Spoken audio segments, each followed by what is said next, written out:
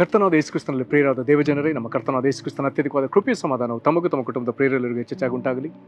ಹೃದಯಂಗಮ ಮಾತೇನುವಾಯಿ ಮುಂಜಾನೆ ವಾಕ್ಯದಂತ ಸರಣಿಯಲ್ಲಿ ಈ ತಿಂಗಳು ನಾವು ಯೇಸು ಕ್ರಿಸ್ತನ ಪ್ರಾಮುಖ್ಯ ಬೋಧನೆಗಳೆಂಬುದಾಗಿ ಮತ್ತಾಯನು ಬರೆದ ಸುವಾರ್ತೆ 4ನೇ ಅಧ್ಯಾಯದಿಂದ 7ನೇ ಅಧ್ಯಾಯದವರೆಗೂ ಕೆಲವು ವಾಕ್ಯಗಳನ್ನ ನಾವು ಧ್ಯಾನಿಸ್ತಿದ್ದೇವೆ.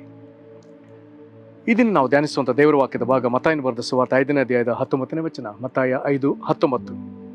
ಆದ್ದರಿಂದ ಈ ಸಣ್ಣ ಸಣ್ಣ ಆಜ್ಞೆಗಳಲ್ಲಿ ಆದರೂ ಒಂದನ್ನು ಮೀರಿ ಜನರಿಗೂ ಹಾಗೆ ಮೀರುವುದಕ್ಕೆ ಬೋಧಿಸುವವನು ಪರಲೋಕ ರಾಜ್ಯದಲ್ಲಿ ಬಹಳ ಚಿಕ್ಕವನೆನಿಸಿಕೊಳ್ಳುವನು. ಆದರೆ ತಾನೇ ಆ ಆಜ್ಞೆಗಳಂತೆ ನಡೆದುಕೊಂಡು ಜನರಿಗೂ ಹಾಗೆ ನಡೆಯಬೇಕೆಂದು ಬೋಧಿಸುವವನು ಪರಲೋಕ ರಾಜ್ಯದಲ್ಲಿ ದೊಡ್ಡವನೆನಿಸಿಕೊಳ್ಳುವನು. ಈ ವಾಕ್ಯವನ್ನು ಗ್ರಹಿಸೋಕ್ಕೆ ನಾವು ಶಕ್ತರಾಗುವಂತೆ ದೇವರು ತಾನೇ ತನ್ನ ಆತ್ಮನ ಮೂಲಕ ನಮಗೆ ತನ್ನ ವಿಶೇಷವಾದ ಕೃಪೆಯನ್ನು ಒದಗಿಸಲಿ. ಕರ್ತನಲ್ಲಿ ಪ್ರೀತಿಯುಳ್ಳ ದೇವಜನರೇ, ಈ ವಾಕ್ಯದಲ್ಲಿ ಯೇಸು ಕ್ರಿಸ್ತನು ಮುಂದೆ ಪರಲೋಕ ರಾಜ್ಯವನ್ನು ನಿರೀಕ್ಷಿಸುವ ನಮಗೆ ಪರಲೋಕದಲ್ಲಿ ನಮಗೆ ಸಿಗಬಹುದಾದ ವಿವಿಧ ಅಥವಾ ಬೇರೆ ಬೇರೆ ತರಗತಿಗಳನ್ನು ಆತನು ಇಲ್ಲಿ ತೋರಿಸ್ತಿದ್ದಾನೆ. ಬಹಳ ಪ್ರಾಮುಖ್ಯವಾಗಿ ನಾವೆಲ್ಲರೂ ಪರಲೋಕದ ನಿರೀಕ್ಷೆಯಲ್ಲಿರುವವರು, ಮುಂದೆ ಪರಲೋಕ ರಾಜ್ಯದಲ್ಲಿ ನಿತ್ಯತ್ವದಲ್ಲಿ ಸೇರಬೇಕೆಂಬುದಾಗಿ ತವಕಿಸುವವರು. ಹಾಗಾದರೆ ಪರಲೋಕ ರಾಜ್ಯಕ್ಕೆ ನಾವು ಸೇರಿದಾಗ ಯಾವ ತರಗತಿಯಲ್ಲಿ ನಾವು ಇರ್ತೇವೆಂಬುದು ಒಂದು ವೇಳೆ ನಮಗೆ ನಮ್ಮ ಕಲ್ಪನೆಗೆ ಸಿಗದ ವಿಷಯ. ಆದರೆ ಪರಲೋಕದಿಂದ ಈ ಲೋಕಕ್ಕೆ ಬಂದು ನಮ್ಮನ್ನು ತಿರುಗಿ ತನ್ನ ರಾಜ್ಯದೊಳಗೆ ಸೇರಿಸಿಕೊಳ್ಳುವ ನಮ್ಮ ರಕ್ಷಕನು, ನಮ್ಮ ಅರಸನಾದ ಯೇಸು ಕ್ರಿಸ್ತನು ಇದನ್ನು ಚೆನ್ನಾಗಿ ಅರಿತವನಾಗಿ ನಮಗೆ ಇಲ್ಲಿ ಸ್ಪಷ್ಟವಾದ ತಿಳುವಳಿಕೆಯನ್ನು ಆತನು ಕೊಡ್ತಿದ್ದಾನೆ. ಪರಲೋಕ ರಾಜ್ಯದಲ್ಲಿ ಒಬ್ಬನು ಚಿಕ್ಕವನು ಎಂಬುದಾಗಿ ಎಣಿಸಲ್ಪಡುವುದಕ್ಕೂ ಸಾಧ್ಯ. ಅದೇ ವೇಳೆಯಲ್ಲಿ ಪರಲೋಕ ರಾಜ್ಯದಲ್ಲಿ ಒಬ್ಬನು ದೊಡ್ಡವನೆನಿಸಿಕೊಳ್ಳುವುದಕ್ಕೂ ಸಾಧ್ಯ. ಹಾಗಾದರೆ ಯಾರು ಚಿಕ್ಕವನೆನಿಸಿಕೊಳ್ತಾನೆ ಅಥವಾ ಯಾರು ದೊಡ್ಡವನೆನಿಸಿಕೊಳ್ತಾನೆ? ಚಿಕ್ಕವನೆನಿಸಿಕೊಳ್ಳುವ ವಿಚಾರದಲ್ಲಿ ಯೇಸು ಕ್ರಿಸ್ತನು ಹೇಗೆ ಹೇಳ್ತಾನೆ? ಆದುದರಿಂದ ಈ ಸಣ್ಣ ಸಣ್ಣ ಆಜ್ಞೆಗಳಲ್ಲಿ ಆದರೂ ಒಂದನ್ನು ಮೀರಿ ಜನರಿಗೂ ಹಾಗೆ ಮೀರುವುದಕ್ಕೆ ಬೋಧಿಸುವವನು ಪರಲೋಕ ರಾಜ್ಯದಲ್ಲಿ ಬಹಳ ಚಿಕ್ಕವನೆನಿಸಿಕೊಳ್ಳುವನು. ಕರ್ತನಲ್ಲಿ ಪ್ರೀತಿಯುಳ್ಳ ದೇವಜನರೇ, ದೇವರ ವಾಕ್ಯವನ್ನು ನಾವು ಇತರರಿಗೆ ಬೋಧಿಸುವಾಗ ದೇವರು ಕೊಟ್ಟ ಆಜ್ಞೆಗಳ ವಿಚಾರದಲ್ಲಿ ಯೇಸು ಸಣ್ಣ ಸಣ್ಣ ಆಜ್ಞೆ ಎಂಬುದಾಗಿ ಹೇಳ್ತಾನೆ. ಈ ಸಣ್ಣ ಸಣ್ಣ ಆಜ್ಞೆಗಳ ವಿಚಾರದಲ್ಲಿ ಯಾರಾದರೂ ಒಬ್ಬನು ಅದನ್ನು ಮೀರಿ ನಡೆದದ್ದು ಮಾತ್ರವಲ್ಲ, ಇತರ ಜನರು ಸಹ ಹಾಗೆ ಮೀರಿ ನಡೆಯುವುದಕ್ಕೆ ಅವರಿಗೆ ಆತನು ಬೋಧಿಸಿದ್ದಾರೆ. ಯೇಸು ಕ್ರಿಸ್ತನು ಹೇಳ್ತಾನೆ, ಅಂಥವರು ಪರಲೋಕ ರಾಜ್ಯದಲ್ಲಿ ಬಹಳ ಚಿಕ್ಕವರು. ಸುಮ್ಮನೆ ಚಿಕ್ಕವರು ಎಂಬುದಾಗಿ ಹೇಳದೆ ಬಹಳ ಚಿಕ್ಕವರು ಎಂಬುದಾಗಿ ಹೇಳ್ತಿದ್ದಾನೆ. ಪರಲೋಕ ರಾಜ್ಯದಲ್ಲಿ ಅವರ ಸ್ಥಾನ ಬಹಳ ನಿಕೃಷ್ಟವಾದದ್ದು. ಮತ್ತು ಪರಲೋಕ ರಾಜ್ಯದಲ್ಲಿ ದೊಡ್ಡವರು ಯಾರು?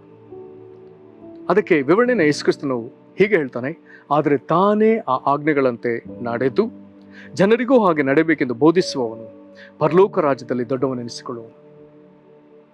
ಇಲ್ಲಿ ವಿಷಯ, ಎರಡೂ ಗುಂಪುಗಳಲ್ಲಿರುವ ಜನರು ದೇವರ ವಾಕ್ಯವನ್ನು ಒಪ್ಪಿದವರು, ಇಬ್ಬರು ದೇವರ ವಾಕ್ಯದ ಮಾದರಿಯನ್ನು ತೋರಿಸಿದವರು. ಆದರೆ ಒಬ್ಬರು ದೇವರ ವಾಕ್ಯವನ್ನು ಮೀರಿ ನಡೆಯುವ ಮಾದರಿಯನ್ನು ತೋರಿಸಿದ್ದಾರೆ. ತಮ್ಮ ಸ್ವಂತ ಜೀವಿತದಲ್ಲಿಯೂ ಮತ್ತು ಅವರ ಉಪದೇಶದಲ್ಲಿಯೂ ದೇವರ ವಾಕ್ಯವನ್ನು ಮೀರಿ ನಡೆಯುವುದಕ್ಕೆ ಅವರು ಮಾದರಿ ತೋರಿಸಿದ್ದಾರೆ. ಅದೇ ವೇಳೆಯಲ್ಲಿ ಇತರೆ ಕೆಲವರು, ಇನ್ನೊಂದು ಪಕ್ಷ ಅಥವಾ ಇನ್ನೊಂದು ಗುಂಪಿನವರು, ಅವರು ತಾವೇ ಆ ಆಜ್ಞೆಗಳಂತೆ ಅವರು ನಡ್ಕೊಂಡಿದ್ದಾರೆ. ಮತ್ತೆ ಬಹಳ ಭಯಭಕ್ತಿಯಿಂದ ವಾಕ್ಯಕ್ಕೆ ನಡ್ಕೊಂಡು ಅದೇ ಭಯಭಕ್ತಿಯಿಂದ ಇತರರು ನಡೆಯುವಂತೆ ಉಪದೇಶಿಸಿದ್ದಾರೆ, ಬೋಧಿಸಿದ್ದಾರೆ. ಇಂಥವರನ್ನ ಕುರಿತು ಯೇಸು ಕ್ರಿಸ್ತನು ಹೇಳ್ತಿದ್ದಾನೆ, ಹೀಗೆ ಬೋಧಿಸುವವನು, ಹಾಗೆ ನಡೆಯಬೇಕೆಂದು ಬೋಧಿಸುವವನು ಪರಲೋಕ ರಾಜ್ಯದಲ್ಲಿ ದೊಡ್ಡವನೆನಿಸಿಕೊಳ್ಳುವನು. ಕರ್ತನಲ್ಲಿ ಪ್ರೀತಿಯುಳ್ಳ ದೇವಜನರೇ, ಅನೇಕ ತಂದೆ ತಾಯಿಗಳಿದ್ದೀರಿ. ನಿಮ್ಮ ಜೀವಿತ ನಿಮ್ಮ ಮಕ್ಕಳ ಎದುರು ಅದೊಂದು ಮಾದರಿ ಜೀವಿತ ಆಗಲೇಬೇಕು.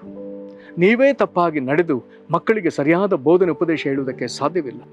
ಮಕ್ಕಳಿಗೆ ಒಂದು ಬೆಳೀತಾ ಒಂದು ದಿನ ಪ್ರಶ್ನೆ ಬರ್ತದೆ, ನನ್ನ ಅಪ್ಪ ಹೀಗೆ ನಡೆಯುವುದಿಲ್ಲ, ಆದರೆ ನಮಗೆ ಹೀಗೆ ನಡೆಯಬೇಕೆಂಬುದಾಗಿ ಉಪದೇಶಿಸ್ತಾರಲ್ಲ. ನನ್ನ ಅಮ್ಮ ಹೀಗೆ ನಡೆಯುವುದಿಲ್ಲ, ಆದರೆ ನಾವು ಹೀಗೆ ನಡೆಯಬೇಕೆಂಬುದಾಗಿ ಉಪದೇಶಿಸ್ತಾರಲ್ಲ.